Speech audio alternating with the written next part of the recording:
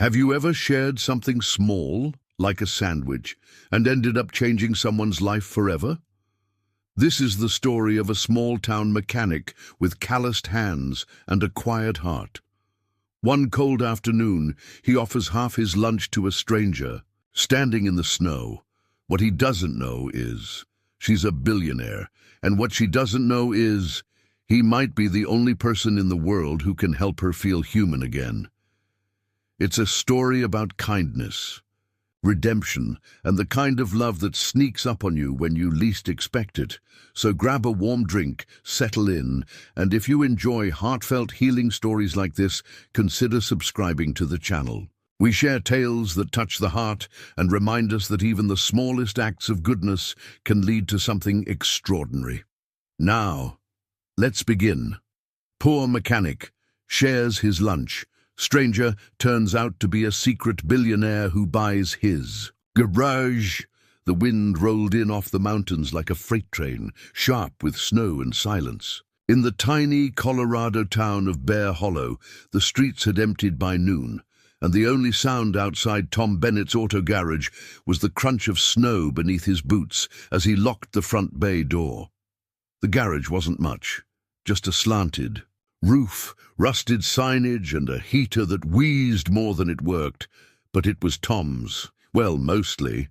A third of it belonged to the bank, and another third belonged to late nights and sore shoulders. The rest? That belonged to the people in town who trusted him to keep their old trucks running through the mountain winters.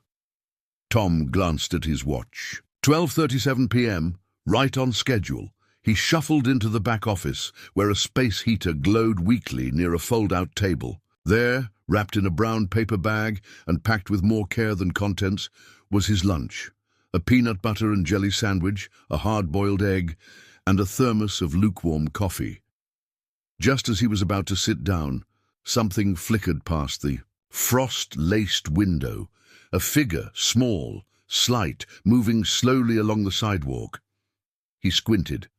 A woman in a long, oversized coat, hugging herself tightly against the wind. No hat, no gloves. Tom watched her pause near the garage, glancing around, like she wasn't sure if she should knock or keep walking. Her boots looked thin, so did her face. He stood, hesitated for only a breath, then opened the door. "You all right, miss?" he called, his voice roughened by years of exhaust and early mornings. The woman looked up, startled. Her eyes were a grey, wide and searching. She hesitated, then stepped toward the entrance, snow crunching underfoot. I'm sorry, I didn't mean to bother you," she said softly, her voice barely audible over the wind. "I'm just trying to get somewhere warm." Tom nodded toward the garage behind him. "Well, I've got heat, kind of, and coffee that's only slightly terrible. You're welcome to both." She looked at him, unsure. He gave a small smile, trying to put her at ease. "It ain't the Ritz, but it beats freezing out here." After a moment, she nodded and followed him inside. The blast of stale warmth hit them both, and the woman visibly relaxed, rubbing her hands together. As she stepped in, "I'm Tom," he said, setting his thermos on the table. "Tom Bennett." She hesitated, then replied, "Eva." He noticed the pause before she said it, like she had to search for the name. "You got somewhere you're headed, Eva?" he asked, as he poured 2 cups of coffee from his battered thermos. "Not really," she said, cupping her hands around the paper cup he handed her. "I was just walking." Tom didn't push. He'd seen that look before, too proud to ask, too tired to explain. "Here," he said, reaching into the paper bag and splitting the sandwich in half. "It's not much, but it's better than wind chill and empty hands." She blinked as if surprised. "You're giving me your lunch?" Tom shrugged. "Well, I didn't make it for the Queen of England or anything. Half's more than enough." Eva accepted the sandwich with both hands, like it was something sacred. For a moment, they sat in silence. 2 strangers in a cluttered garage, sharing warmth and something like grace. "You run this place by yourself?" she asked after a few bites. "Mostly. Got a kid who helps part-time, but it's just me these days. Been that way a while." "And you live around here?" "Just up the Road. With my daughter and my mom. Eva looked at him curiously. Your mom lives with you? Tom gave a short laugh. Yeah, she's got early-stage Alzheimer's. Some days she's with us. Some days she thinks I'm my dad. And some days she thinks she's 20 and dating a rodeo clown named Skip. Eva smiled faintly. That's a lot. Tom nodded, sipping his coffee. It is, but you carry what you're given, right? There was a pause. Something passed over her face. Regret. Sadness. It vanished quickly. Thank you, she said softly. For the sandwich, and the coffee, and the heat. He shrugged again, uncomfortable with praise. No one should be out in this weather. And you looked like you'd gone a few miles too many on an empty tank. She studied him for a moment. People usually don't offer kindness without a catch. Tom leaned back in his chair, arms crossed loosely. I guess I'm old-fashioned that way. The wind howled outside, but inside the garage it felt strangely warm, like the kind of warmth that comes from a fire built not with wood, but with goodwill. As the afternoon wore on, Eva helped him clean the tool rack without being asked. She didn't talk much, but she listened. And when she smiled, there was a gentleness behind it that Tom hadn't seen in a long while. He didn't know where she came from, or why she looked like she was running from something. But he knew the look in her eyes when she held that half sandwich. It was the same look Lily had the first time he gave her a bike he rebuilt from scraps. A look that said, someone thought of me. And sometimes that was enough to start something new. Something that mattered. The next morning dawned grey and bitter, with frost painting delicate feathers across the garage windows. Tom unlocked the bay door just after 7, his breath fogging in the cold air as he flipped the lights on one by one. The buzz of the fluorescents overhead filled the silence. It was just another winter day in Bear Hollow, quiet, still, and far too cold for anyone without good reason to be outdoors. Except she was there again. Eva, sitting on the old bench by the shop's back wall, wrapped in the same threadbare coat, her hands tucked under her arms for warmth. She looked up when he walked in, a little startled, like she wasn't sure whether she'd overstayed her welcome. Morning, Tom said simply, setting his thermos on the counter. Morning, she echoed. Her voice was raspy, like she hadn't slept much. Or maybe like she hadn't used it in a while. Tom didn't ask why she was still there. Part of him had expected it. He poured 2 cups of coffee and handed her one. I figured you might come back, he said. There's heat, sort of, and coffee. Definitely bad. She gave a weak smile. It's better than nothing. Tom nodded toward the space heater. I can get you a better coat, if you want. Something from the back. Belonged to an old mechanic who retired 2 years ago. Probably still smells like motor oil and regret, but it's warm. Thanks, she said, but didn't move to take it. She held the coffee like it was the only thing anchoring her to this world. Tom leaned against the workbench. Where you from, Eva? She didn't answer at first, just stared down into the cup. East, she finally said. Big cities, airports, meetings. That's a lot of ground to cover, he said, watching her carefully.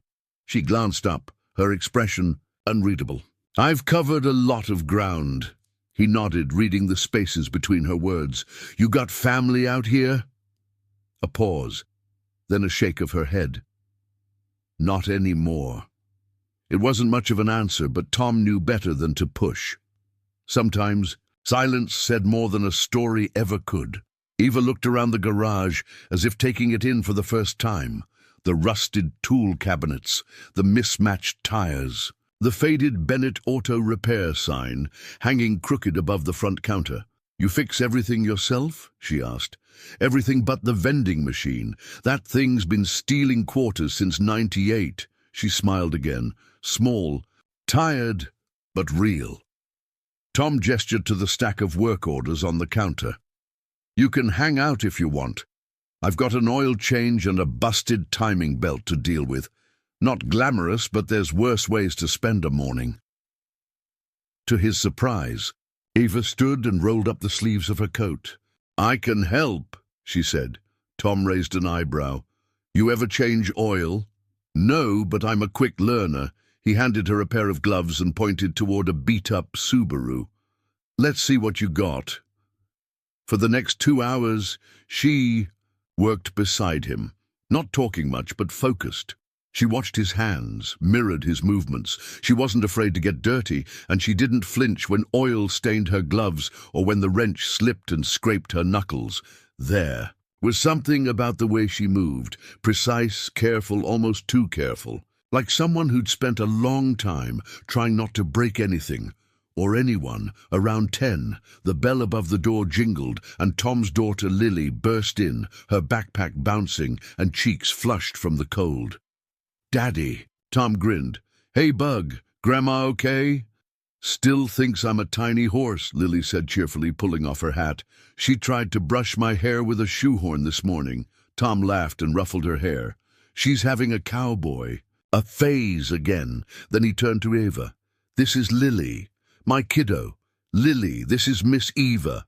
Lily looked at Eva with open curiosity. "Are you the lady Daddy gave his sandwich to?" Eva blinked, then nodded slowly.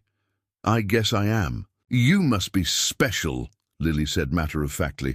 "Daddy doesn't share food, not even fries." Tom cleared his throat, slightly embarrassed. Okay, that's enough honesty for one day."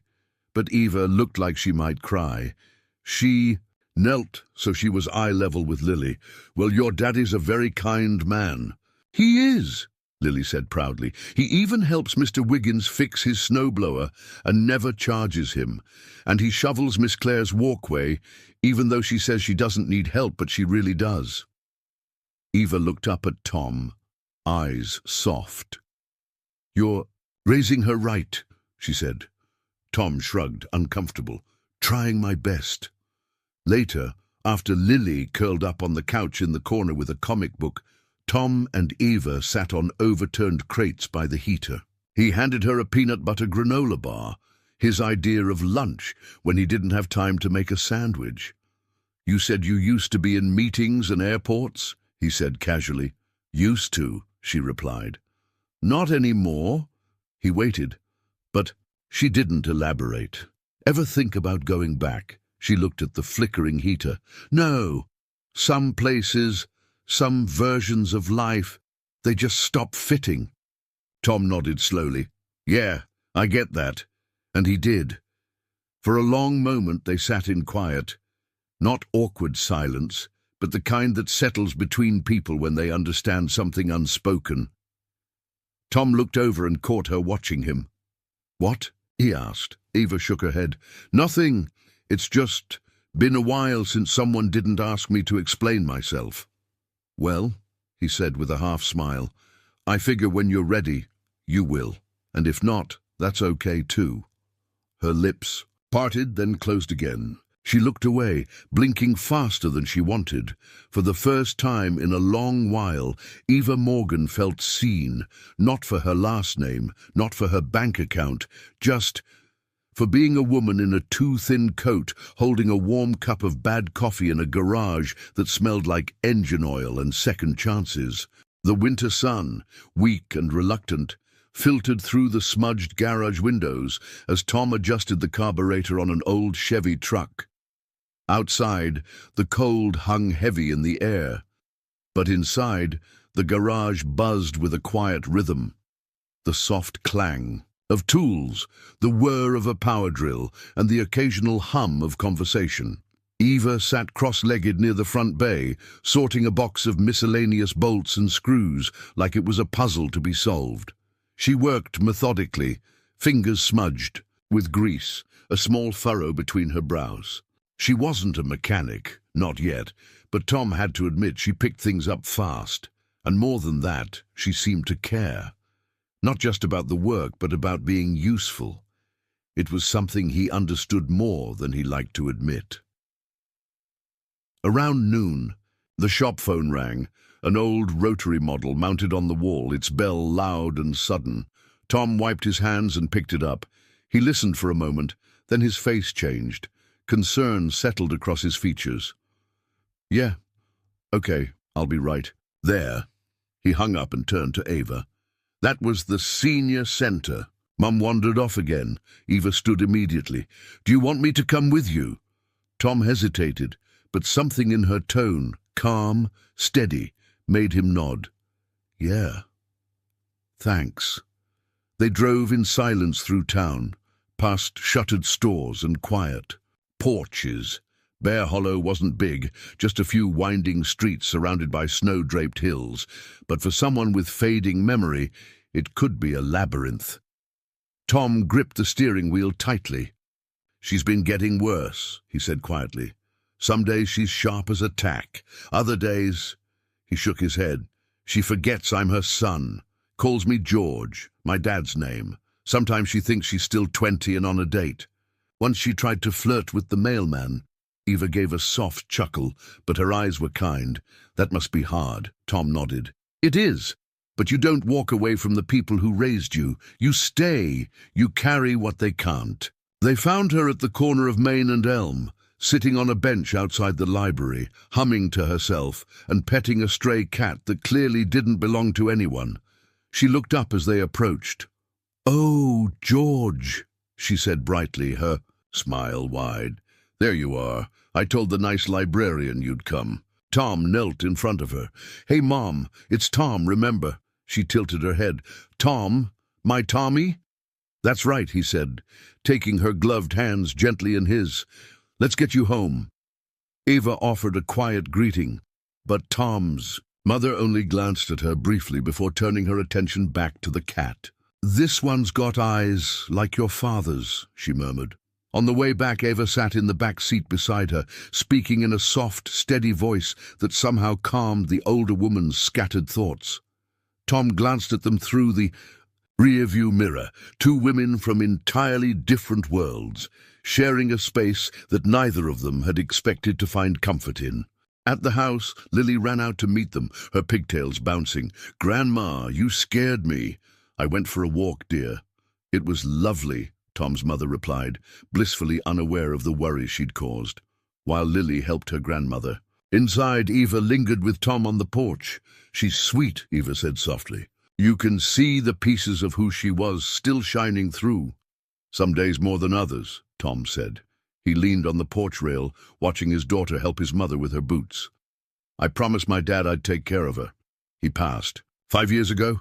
Heart attack, quick." Eva folded her arms against the cold. "You've had a lot on your shoulders." Tom exhaled. "Yeah, well, life doesn't hand out breaks based on fairness. You just keep moving. One oil change, one winter, one day at a time." They stood there a moment, the hush between them filled with the distant sound of laughter from inside. Tom glanced over at Eva. "You ever take care of anyone?" Her eyes darkened for a moment. "Not in the way you do. I had people who depended on me, employees, partners, but it's not the same as wiping tears or helping someone remember who they are." Tom didn't press, but something in her voice told him there was more to the story, something raw. He respected the distance, but part of him hoped that one day she'd let him past it. Inside, Ava helped prepare lunch while Tom tended to his mother, who insisted on setting the table, but forgot where the plates were stored. Over grilled cheese and tomato soup. The four of them sat around the kitchen table, an odd little patchwork family for the afternoon. Tom watched Eva quietly offer Lily half her sandwich and laugh at one of his mother's wildly inaccurate stories about a rodeo in 1972. For a moment, he allowed himself to pretend this was normal, that this was something that could last. After lunch, he walked Eva to the door. "You didn't have to come with me," he said. "I wanted to," she replied. "Sometimes it helps to feel needed," Tom nodded. "Well, you were." She hesitated on the porch. "You don't talk much about yourself." He gave her a small, sheepish grin. "I've found it's easier to listen, I think," she said slowly. that listening is the most generous form of kindness. He met her eyes, and something passed between them. Not romance, not yet. But a recognition, a flicker of two lives, frayed and mended in different places, brushing gently against each other. Eva turned and walked down the steps, her breath a cloud in the winter air. Tom watched her go, the quiet settling around him. Again, but this time it didn't feel quite as heavy. Not all burdens are meant to be carried alone. Some are lighter when shared. The old guitar sat forgotten in the corner of the garage, propped against a stack of bald tires and half covered by an oil-stained tarp. Tom hadn't touched it in years. It had belonged to his father, back when the nights were quieter, and life felt simpler. These days, there wasn't much room for music between deadlines, repairs, and managing the slow unraveling of his mother's memory. But that morning, as Tom opened up the garage and flicked on the lights, he found Eva kneeling beside it. She was brushing dust off the worn wood, her fingers gentle, almost reverent. The sunlight filtered through the cracked window and caught the strands of her hair, making her look almost ethereal in the cold glow. "You play?" he asked from the doorway, voice still rough from sleep. Eva looked up, startled. "A little. I used to, anyway." Tom stepped inside, brushing snow off his jacket. "Be careful. That thing's older than I am and about as moody." She grinned, a rare flash of something light. "I'll be gentle."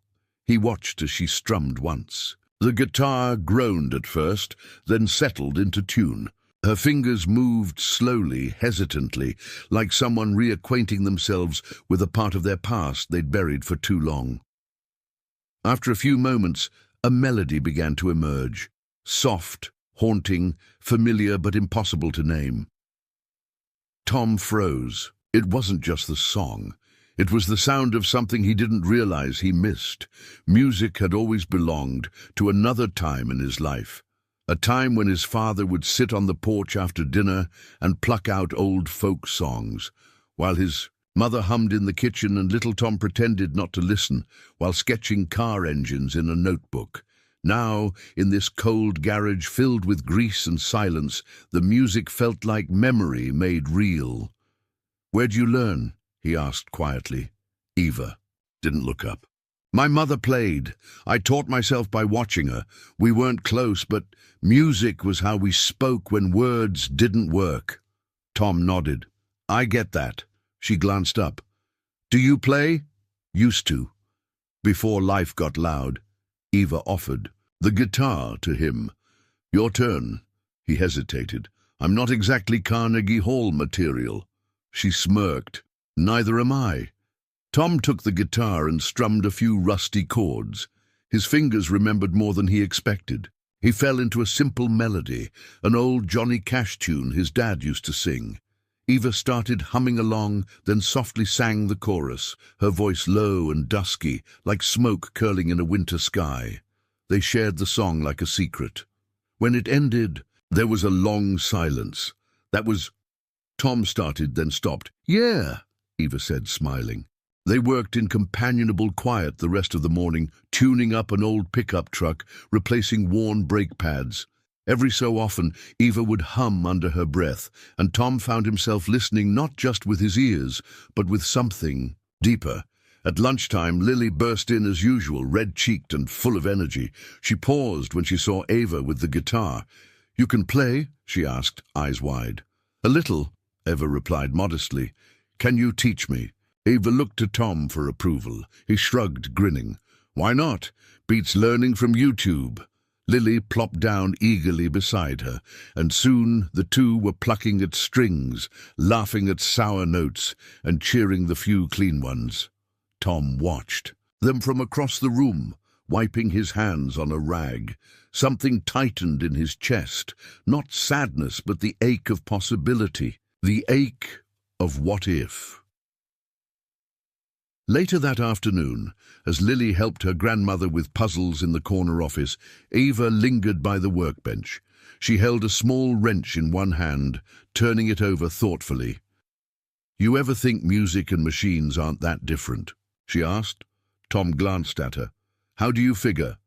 Well, she said, setting the wrench down, both require rhythm, balance, the right pressure at the right time. One wrong note, one wrong turn, and the whole thing falls apart. Tom considered that. Maybe, but at least with machines you can usually fix the broken parts. She looked at him. And with people. He hesitated.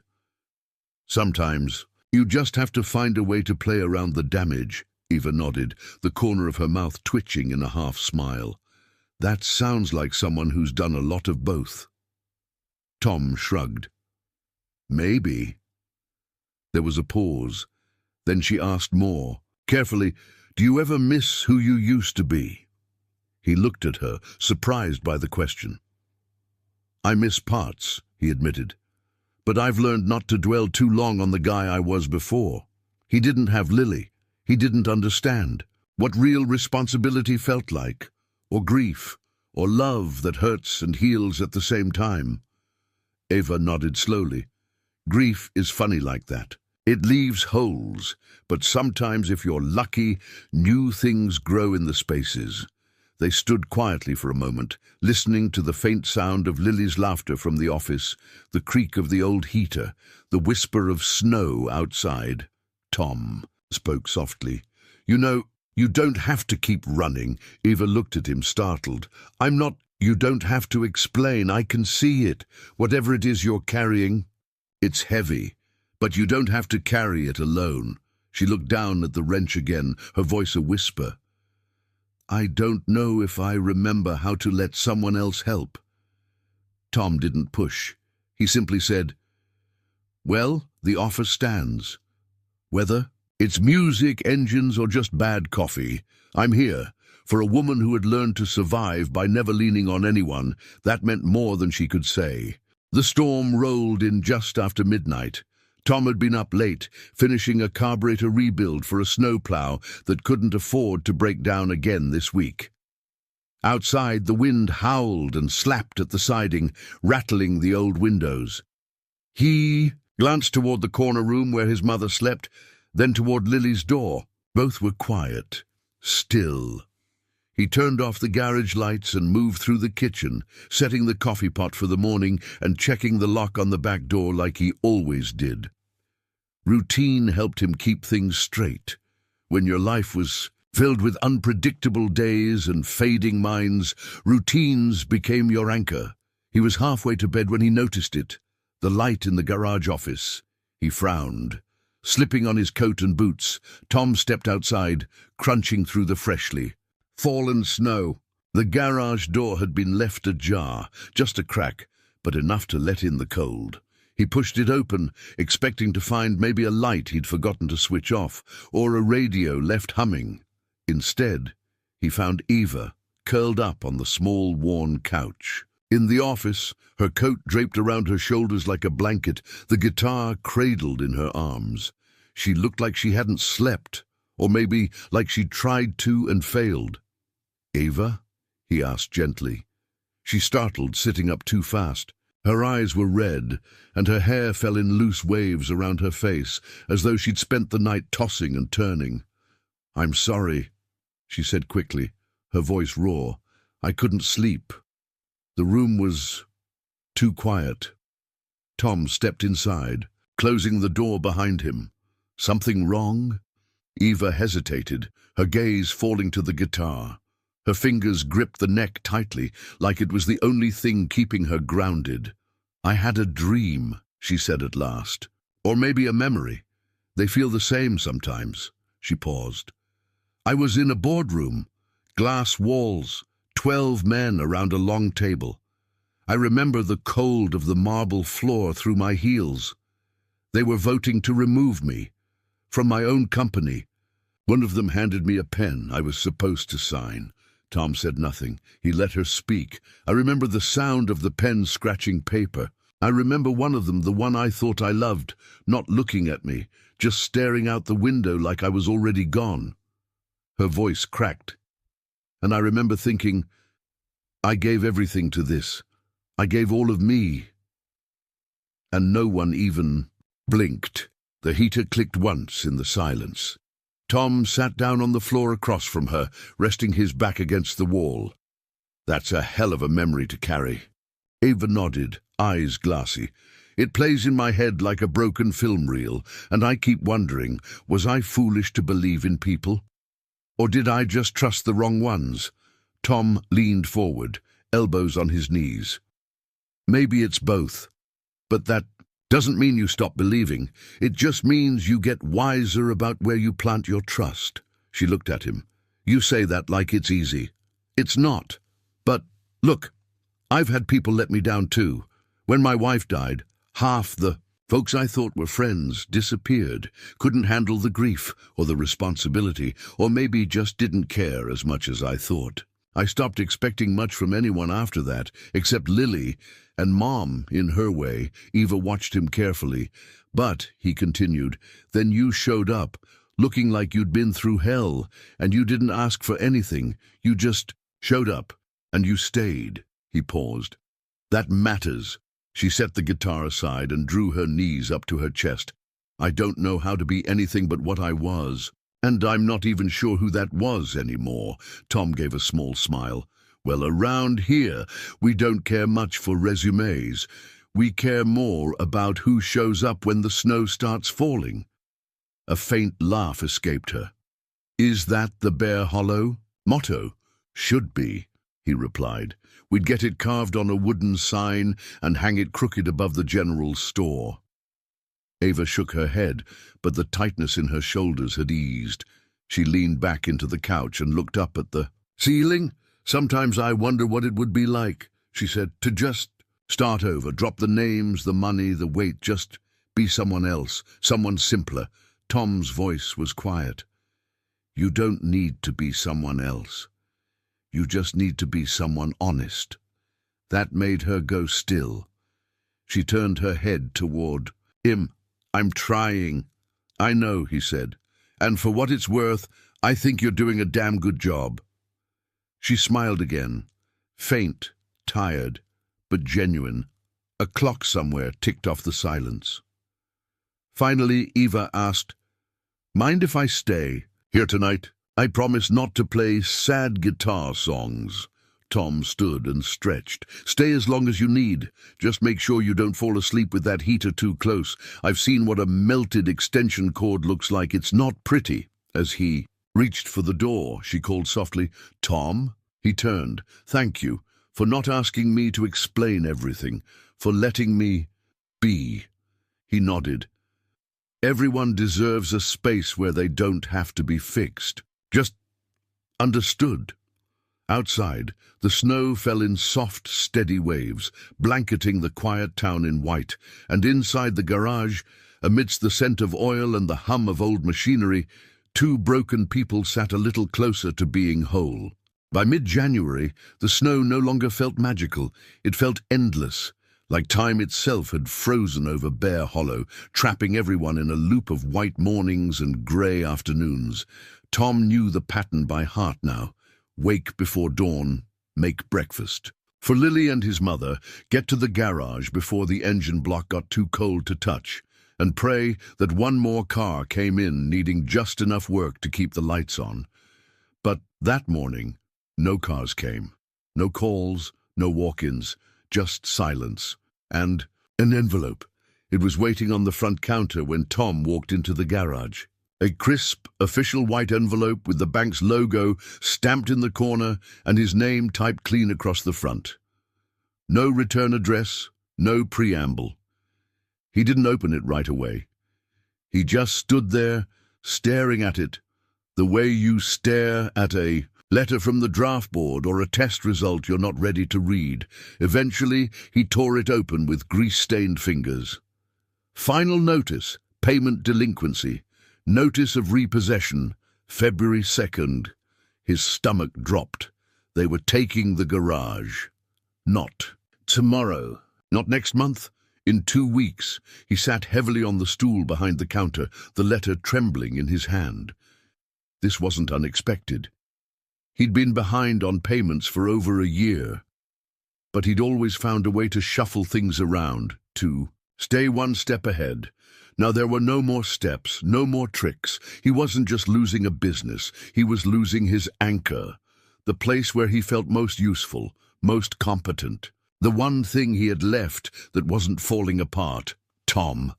Eva's voice cut gently through the air. He looked up to see her standing near the back of the shop, wiping her hands on a rag. Her face was calm, but her eyes caught the tension. In his posture immediately, he quickly folded the letter and slipped it into the drawer. "Hey," she tilted her head, "everything all right?" Tom forced a smile. "Yeah, just paperwork. The fun kind." Eva didn't push, but she didn't walk away either. Instead, she set the rag down and crossed the shop to where he sat quiet as a snowfall. "Tom," she said gently, "you don't have to pretend." He sighed and looked away. "It's fine." "Is it?" There was no judgment in her tone, just care. That made it worse somehow. Tom rubbed his temples. "I'm not good at asking for help, Eva." She sat beside him. "That makes two of us." He let out a dry laugh. "They're taking the garage. 2 weeks from now it's theirs. And I don't have a backup plan. I've got a daughter to raise, a mother who needs constant care, and this place is all I've got. I can't afford to fall apart." Eva looked down, her hands folded. "What if you didn't have to do it alone?" Tom shook his head. "I can't ask you for anything. You've done enough already." "You haven't asked me for anything." There was a long pause. Tom leaned back, exhaling slowly. "I've spent most of my life being the one people depend on. I know how to fix broken engines, bad wiring, even busted snowmobiles held together with duct tape and prayer. But I don't know how to fix this, and I sure as hell don't know how to ask someone like you, someone who's been burned, for trust." Eva turned her face toward him, her expression unreadable. "Maybe trust starts in moments like this. Quiet ones, honest ones." Tom met her eyes. "You have every reason to run from other people's messes." She gave a soft smile. "But maybe I don't want to run anymore." The moment hovered between them, fragile and flickering. Tom wanted to say something more, but the bell above. The door jingled, and Lily burst in, breathless and dusted with snow. "Daddy, Grandma says the toaster's possessed." Tom stood quickly, forcing his voice to steady. "All right, Bug, let's go exercise some appliances." As he followed her out, he glanced back. Eva was still there, seated at the counter, staring at the drawer where he'd hidden the letter.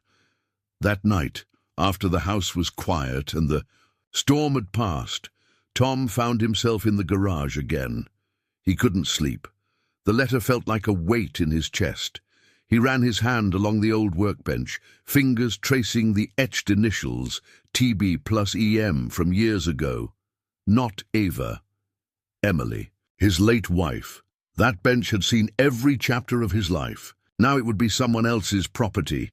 He didn't hear the door open behind him, but he felt the warmth. Eva stood in the doorway, wearing a flannel shirt and Tom's old work jacket, far too big for her. In her hand was a mug of coffee. "Peace. Offering," she said. Tom accepted it with a nod. "I'm not much for peace tonight," she didn't argue. Just sat beside him on the bench, sipping quietly.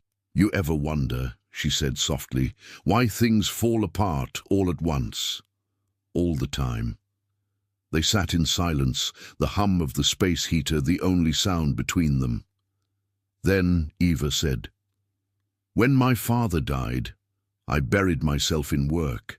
I made the company my identity, my fortress, and when they voted me out, it felt like losing him all over again, because I didn't know who I was without the title." Tom glanced at her. "I think," she continued, "that sometimes we hold onto things not just because we need them, but because we're afraid of who we'll be without them." Tom looked down at the mug in his hands. "This garage is the last piece of my life that still feels like it's mine. If I lose it—" Eva turned toward him, her voice gentle but firm. "You don't lose yourself when you lose a place, Tom. You're still the man who shows up every day, who shares his lunch with strangers, who fixes snowblowers for old men who can't pay.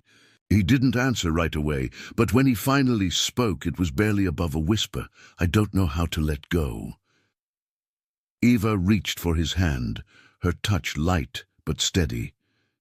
"Maybe," she said, "you don't have to let go. Maybe you just need to open your hand and see what's willing to stay." And in that quiet, snow-wrapped garage, something unspoken shifted between them, soft as breath, real as warmth. Not a rescue, not a romance, not yet, but maybe the beginning of both. The moon hung low over Bear Hollow, casting long silver shadows across the snowbanks and rooftops. It was one of those winter nights where everything felt still, frozen in time, suspended in breath. Tom stood alone on the porch, arms crossed, watching his breath rise in white clouds. Inside the house, the lights had gone out one by one. Lily was asleep. His mother, too. Even the town itself felt like it had finally surrendered to the silence. Eva hadn't come inside. She'd gone for a walk after dinner, saying she needed air. That had been over an hour ago. Tom glanced down the snow-dusted road, anxiety gnawing at the edge of his calm. He'd learned not to ask too many questions, not with someone like Eva, who wore her walls like armor.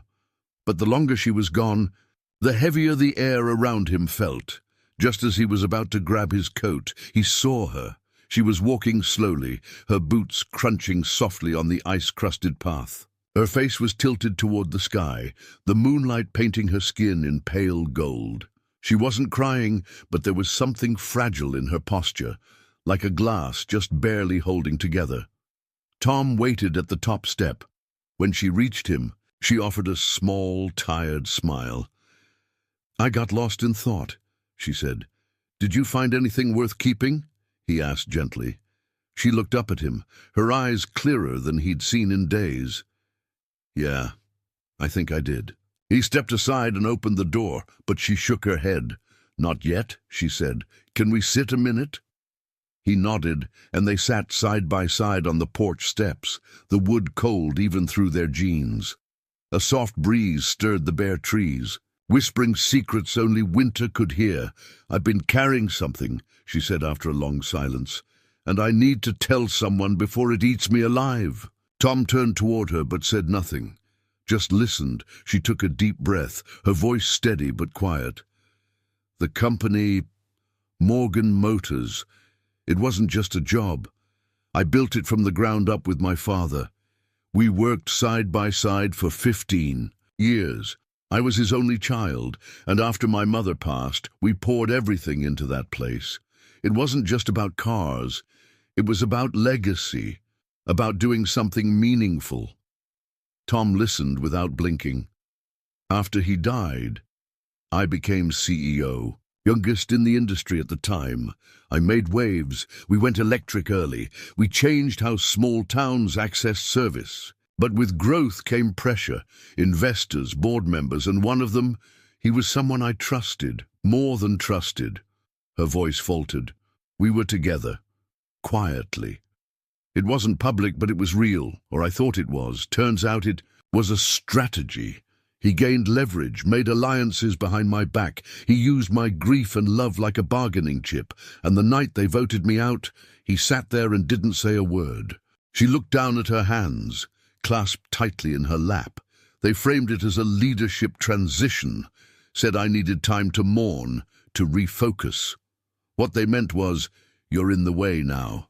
Tom's jaw tightened, but he said nothing. "I didn't fight it," Eva continued.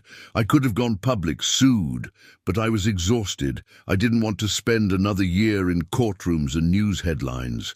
So I signed the papers, and I walked away." She looked up at him, the moonlight, catching the shimmer in her eyes. "I disappeared, Tom. Sold my apartment, closed my accounts, cut ties. I've been living under a different name ever since, just moving, not toward anything, just away from everything." Tom's voice was low, steady. "You didn't disappear. You protected yourself." I felt like a coward. "You're not." They sat quietly again, the night settling around them like a woolen blanket. "I didn't come to Bear Hollow for a fresh start," she said. "I didn't even know where I was going. I just ran until I couldn't anymore, and then you gave me a sandwich." Tom chuckled softly, the sound low and warm. "I keep thinking about that moment," Eva said. "How it was so simple, so ordinary, but something shifted that day, like maybe kindness still exists in the world." He turned to her, his voice quiet but clear. "It does." She studied his face. "You didn't treat me like a project or a puzzle. You didn't ask for explanations or backstories. You just made room for me." "That's what people do when they care," he said. "Why?" she asked. "You barely knew me." Tom hesitated, then looked at her full on. "Because I've been alone. Because I've stood in kitchens at 2 a.m. wondering how I'd pay bills. Because I've watched someone I love forget my name. And because when I saw you out there in the cold, I recognized something." "What? Someone worth saving?" Her eyes shone now, not with sadness, but with something softer, warmer. "I'm still me, Tom," she said, "even without the job, the name, the power. But I'm scared that if I stay here, if I let myself feel this, I'll start to want things again, and I'm not sure I can survive losing anything else." He reached for her hand, slowly, gently, and wrapped his fingers around hers. "Then don't think of it as wanting. Think of it as remembering, and let yourself remember what it feels like to belong." They sat there until the moon dipped low behind the trees and the sky turned a soft, bruised blue. Neither of them moved, not even when the cold seeped in through the seams of their coats, because for the first time in a long time, silence didn't feel like emptiness. It felt like possibility. The snow was fresh again that morning, untouched and glistening like powdered glass across the hills of Bear Hollow. Tom was bent under the hood of a '96 Ford Ranger, humming along to the radio, some old Springsteen tune that crackled faintly through the dusty speaker. Eva sat at the workbench, scribbling something into her notebook. Sketches, numbers, maybe just thoughts. Tom had learned not to ask too many questions about that notebook. She always shut it the moment he got too close. It had been a quiet morning, the kind that felt almost too peaceful. Eva had been smiling more lately, laughing with Lily, even helping Tom's mom in the afternoons, reading aloud from worn mystery paperbacks and listening patiently to her fragmented memories. Something had begun to settle in the air. Comfort, familiarity, the soft tension of something unspoken building between two people who both thought their hearts were too damaged to try again. Then the black SUV rolled up. It was the kind of vehicle that didn't belong in Bear Hollow. Polished, spotless despite the snow, with tinted windows and tires that looked too new for mountain roads. Tom looked up from the truck engine, wiping his hands on a rag. The SUV idled for a long moment before the driver's door opened. A man stepped out, tall. Expensive wool coat, dark scarf, polished shoes that had never met gravel before today. He scanned the garage slowly, like he already knew what he was looking for.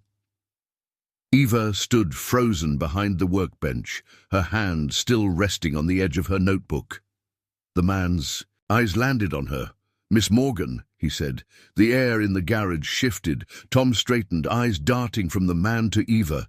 Her face had gone pale, but her jaw was tight, her spine straight. "Michael," she said at last, her voice cool, controlled, but Tom could hear the tremor beneath it. "I've been looking for you," the man said, stepping forward. "For weeks." "I didn't want to be found." Michael looked around, his gaze briefly pausing on Tom before returning to Eva. "You disappeared in the middle of a fiscal quarter. Your lawyers stopped responding. You're still on certain legal documents, Eva. People are asking questions." "I signed the papers," she said. "You made sure of that." Michael's face didn't change, but his tone sharpened. "There are processes, Eva. Transitions. You can't just walk away from your name." "I didn't walk away from my name," she replied, eyes narrowing. I walked away from the version of me you created. Tom stepped forward now, slow and steady. Is there a reason you're here? Michael looked him up and down, barely concealing the disdain behind his professional smile. And you are Tom Bennett, he said, owner of this garage. Ah, Michael said. I see. Tom didn't like the way he said it, as if he'd just confirmed something insignificant. Eva stepped between them slightly. Michael, what do you want? I came to talk, he said. Some things have changed. We need to revisit certain decisions. The board has concerns. Eva shook her head. No, you don't get to show up here, throw around legal jargon, and expect me to follow you back into that world. You belong in that world, Michael said, his voice rising. This is a detour, a phase. You've made your point. Now come home. That word, home. Tom watched as Eva flinched, barely noticeable, but enough for him to feel it in his own chest. I am home, she said, her voice firm now, and I'm not going back. Michael stared at her, clearly thrown off. You can't possibly mean that. What is this place? A shack in the mountains? A mechanic's garage? Eva glanced at Tom, then back at Michael. It's more than anything I had with you. The silence was immediate, heavy. Michael opened his mouth to argue, but Eva stepped forward. You taught me how to lead, Michael. You taught me how to fight for a seat at the table. But you also taught me how it feels to be used, to be betrayed. I've had time to think about that here, where no one knows my net worth or reads me like a press release. Her voice softened, but her gaze stayed sharp. I don't need power to feel valuable. I just needed to remember I was already enough. Michael looked like he wanted to say something, maybe even apologize, but it died on his tongue. He glanced again at Tom, then slowly turned back toward the SUV. If you change your mind, he said, you know where to find us. She didn't answer. The SUV pulled away a minute later, tires crunching through the snow, disappearing down the road without a goodbye. Tom stood quietly for a while, waiting. Eva let out a shaky breath, closing her eyes.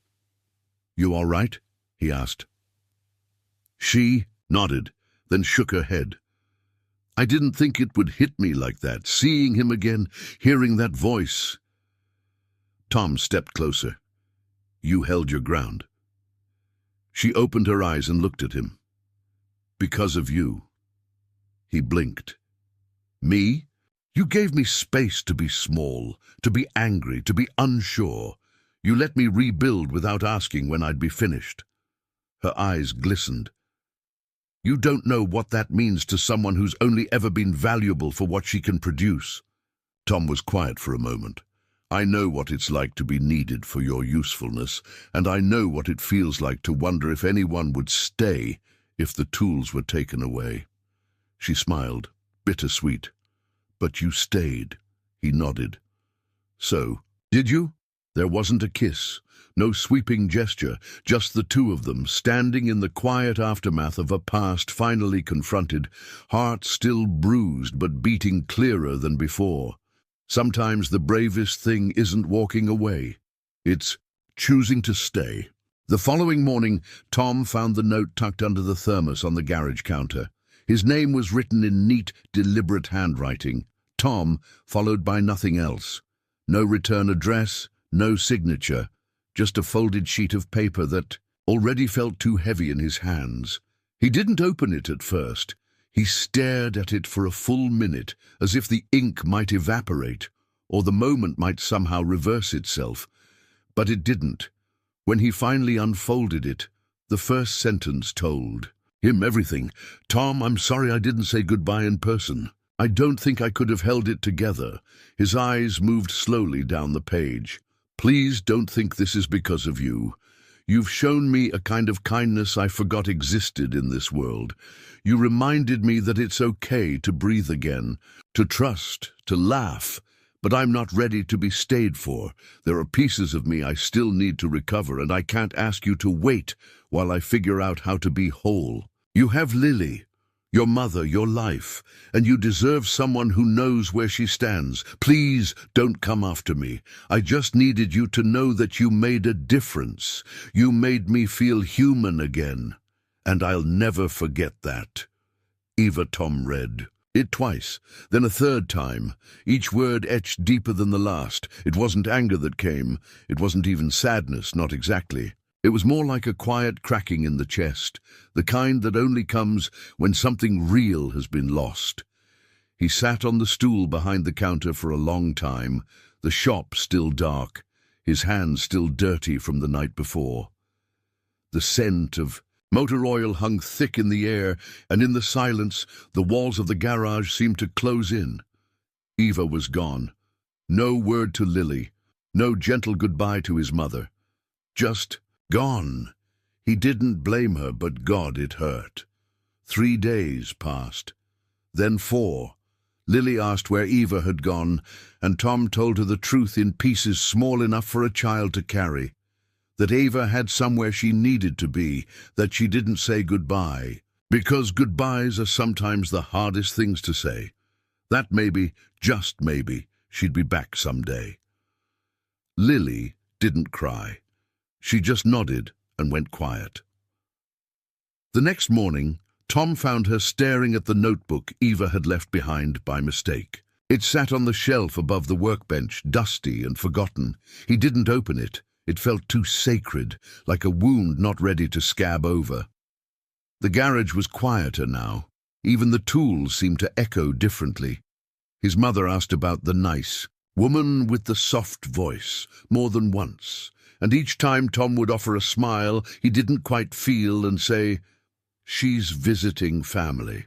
It was easier than the truth, that someone had stepped into their lives and left a mark deep enough to bruise. The letter from the bank came on a Thursday. Tom didn't open it right away. After all, what was the point? But when he finally did, something strange happened. There was no demand, no warning, just one sentence: loan balance paid in full. Ownership transferred to T. Bennett. He blinked, read it again, then again. He called the bank, waited through 5 layers of transfers. When he finally reached someone who knew what they were talking about, the answer was simple: anonymous buyer. Paid in full, the garage is yours. He hung up slowly. There was no need to guess. He knew who had done it. She hadn't just left. She'd left something behind. Not just memories, not just warmth, but a future. That night, the snow returned. Light. At first, then heavier, blanketing the town in another coat of white silence. Tom walked to the edge of the driveway, his boots crunching softly beneath him, and looked up at the sky. For the first time in days, he let the tears fall. Not in anguish, but in gratitude, because even when people leave, not all of them truly go. Some remain in the echo of a laugh, in the hollow of a cup set down on a counter, in the hum of a guitar string that still vibrates even after the last note fades. He went inside and pulled Eva's notebook from the shelf. For a moment he hesitated. Then he opened it. Inside were sketches of the garage layout, notes about small business grants, a rough plan to create a non-profit mechanic school for underserved youth in small towns. Below that, in the margin, in her tight handwriting, "He doesn't know how good he is." "But I do." Tom closed the notebook, his throat thick. She hadn't run away. She had prepared the soil, and now it was his turn to grow something. Later that night, as Lily slept curled beneath her quilt, and his mother snored softly in the next room, Tom returned to the porch. The moon was out again, the same soft white disk that had hung above them the night Eva told him her truth. He stood there, wrapped in silence, in memory, and then he whispered to no one, and maybe to her, "Thank you." It wasn't enough, but it was everything. The days that followed moved with a strange kind of rhythm, slow, quiet, filled with the soft ache of something unfinished. Tom returned to the garage each morning, coffee in hand, tools arranged just the way he liked them, and still felt the absence echoing in the corners, but life didn't pause. Engines still sputtered, Snow still fell. His mother still asked about the woman with the warm voice, and Lily still told stories about fixing carburetors, just like Miss Eva taught me. And so Tom kept moving. He didn't tell anyone about the bank letter, about the garage now being his, about the debt that had vanished like a ghost in the night. It felt like a secret too sacred to say aloud. Like if he named it, it might disappear again, but he carried it with him like a second heartbeat. Then, one morning, it arrived.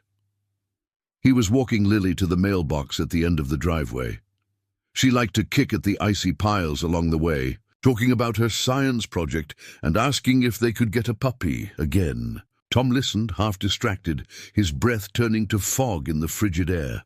When he opened the mailbox, there was a single envelope inside, no return address.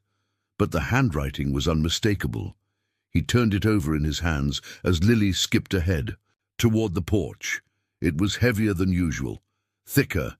Something was inside. He waited until she was inside before sitting on the steps, peeling it open carefully like it might break. Inside was a letter and a key.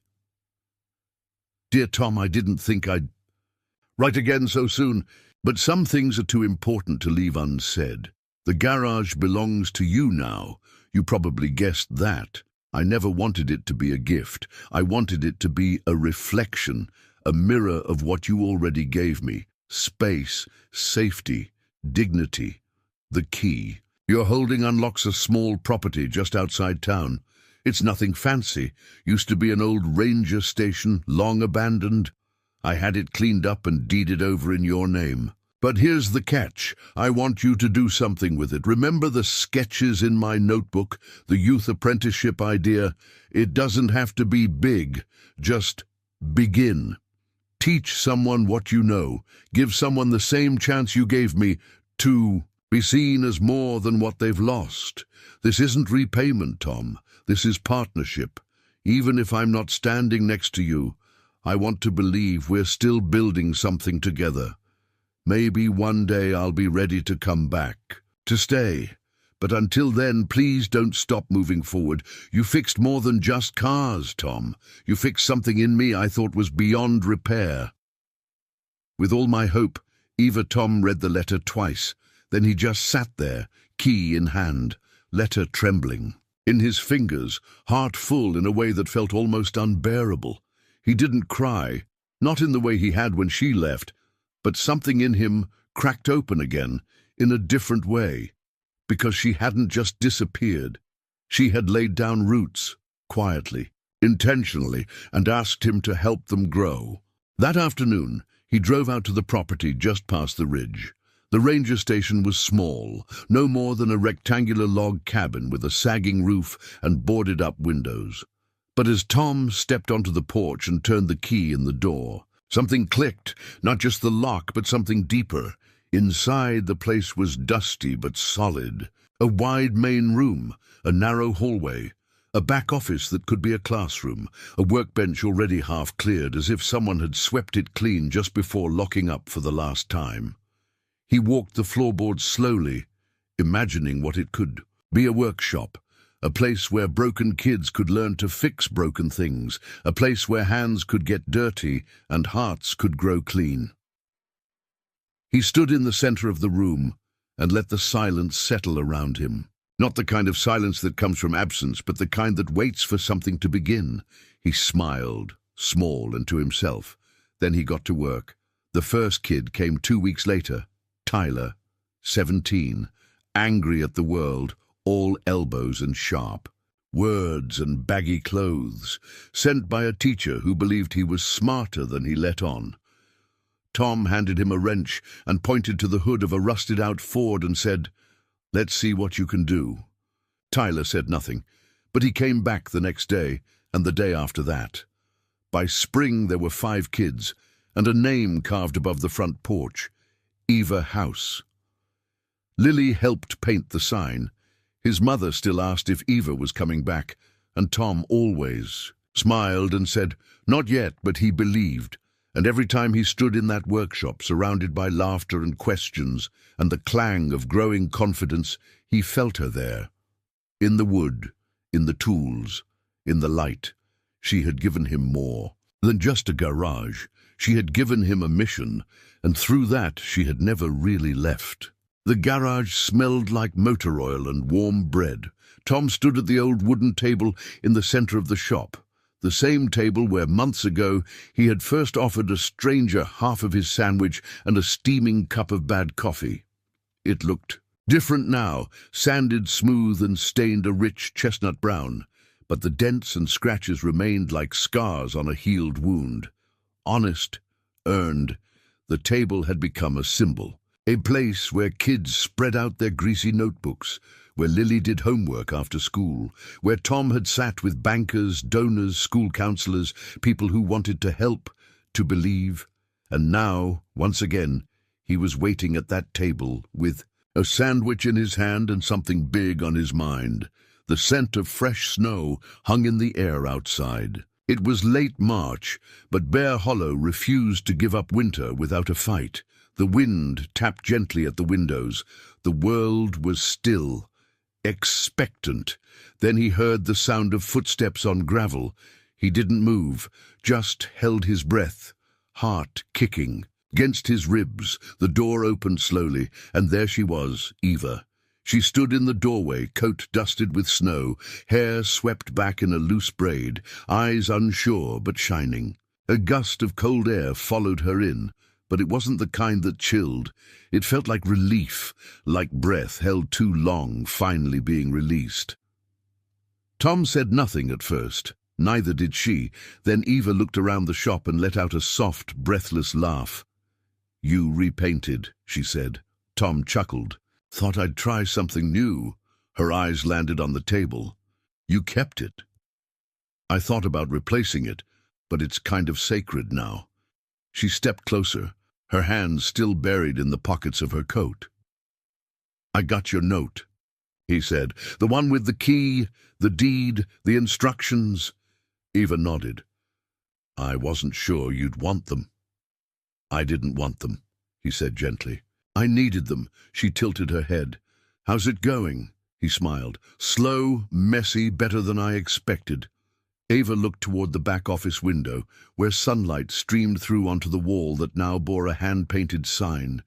Eva. House. Learn. Repair. Belong. She swallowed hard. "You didn't have to name it after me." Tom leaned against the table. "I didn't name it after who you were. I named it after what you gave me, what you gave this town, what you left behind." Eva turned to face him fully, her voice soft. "I wasn't sure if I'd come back, but every time I thought about staying away, I'd think about that sandwich, about how you offered it like it was nothing, and how it changed everything." Tom smiled. "I've upgraded since then. Real turkey now, even mayonnaise." She laughed, and the sound wrapped around him like music. Familiar. Missed. Tom reached behind the counter and pulled out 2 paper-wrapped sandwiches, placing one in front of her. Then slowly he sat down across from her. "Do you remember what you said to me the night you told me your story?" he asked. Eva shook her head. "You said you didn't know how to let someone help you, that you weren't sure how to stay." She looked down, fingers resting on the wax paper in front of her. "I think," Tom continued, "that staying doesn't mean being perfect. It means choosing every day, even when it's hard." Eva's voice was barely above a whisper. "I've always been afraid that if I let people get too close, I'd disappoint them, that they'd see the cracks." Tom leaned forward slightly. "The cracks are where the light gets in, Eva." She looked up at him then, and in her eyes he saw every mile she had walked alone, every word she had swallowed, every dream she had buried, and he saw hope, quiet, tremulous, but real. Tom reached into the pocket of his jacket and pulled out a small box, not velvet, not dramatic, just simple wood, hand-carved, the kind of thing made with care. He slid it across the table. Eva stared at it. "You already gave me a home," Tom said. "Now I'm asking you to build one with me." She didn't open it right away. She just looked at him, searching. "Are you sure?" she asked. Tom nodded. I'm not offering a fairy tale. I'm offering a garage that smells like oil, a daughter who eats all the cereal, a mother who forgets half of everything but never forgets kindness. I'm offering mess, but I'm also offering love. Real, steady, the kind that doesn't disappear. When things get hard, Eva's fingers trembled as she opened the box. Inside was a silver ring, simple, elegant, but it wasn't the ring that made her cry. It was the inscription inside. You made me feel human again. She looked up, tears in her eyes, and for a moment couldn't speak. Then she nodded. Yes, she whispered. Yes, Tom, 1,000 times yes. They sat in the garage a while longer, eating sandwiches, laughing softly, hands brushing, hearts full. Outside, the snow began to melt beneath the shy promise of spring. Inside, something stronger bloomed, rooted not in perfection, but in resilience, in grace, in the beauty of second chances. The table that once held a humble lunch now held the start of forever. We'd love to know, where are you watching from? Drop us a comment and say hello. It's always heartwarming to see this little storytelling community growing all over the world. If this story touched your heart, consider subscribing to the channel for more inspiring tales just like this. Stories about love, healing, and the quiet power of kindness. Thank you so much for spending your time with us today. Until next time, take care of yourself and never underestimate how much good a small act of kindness can do.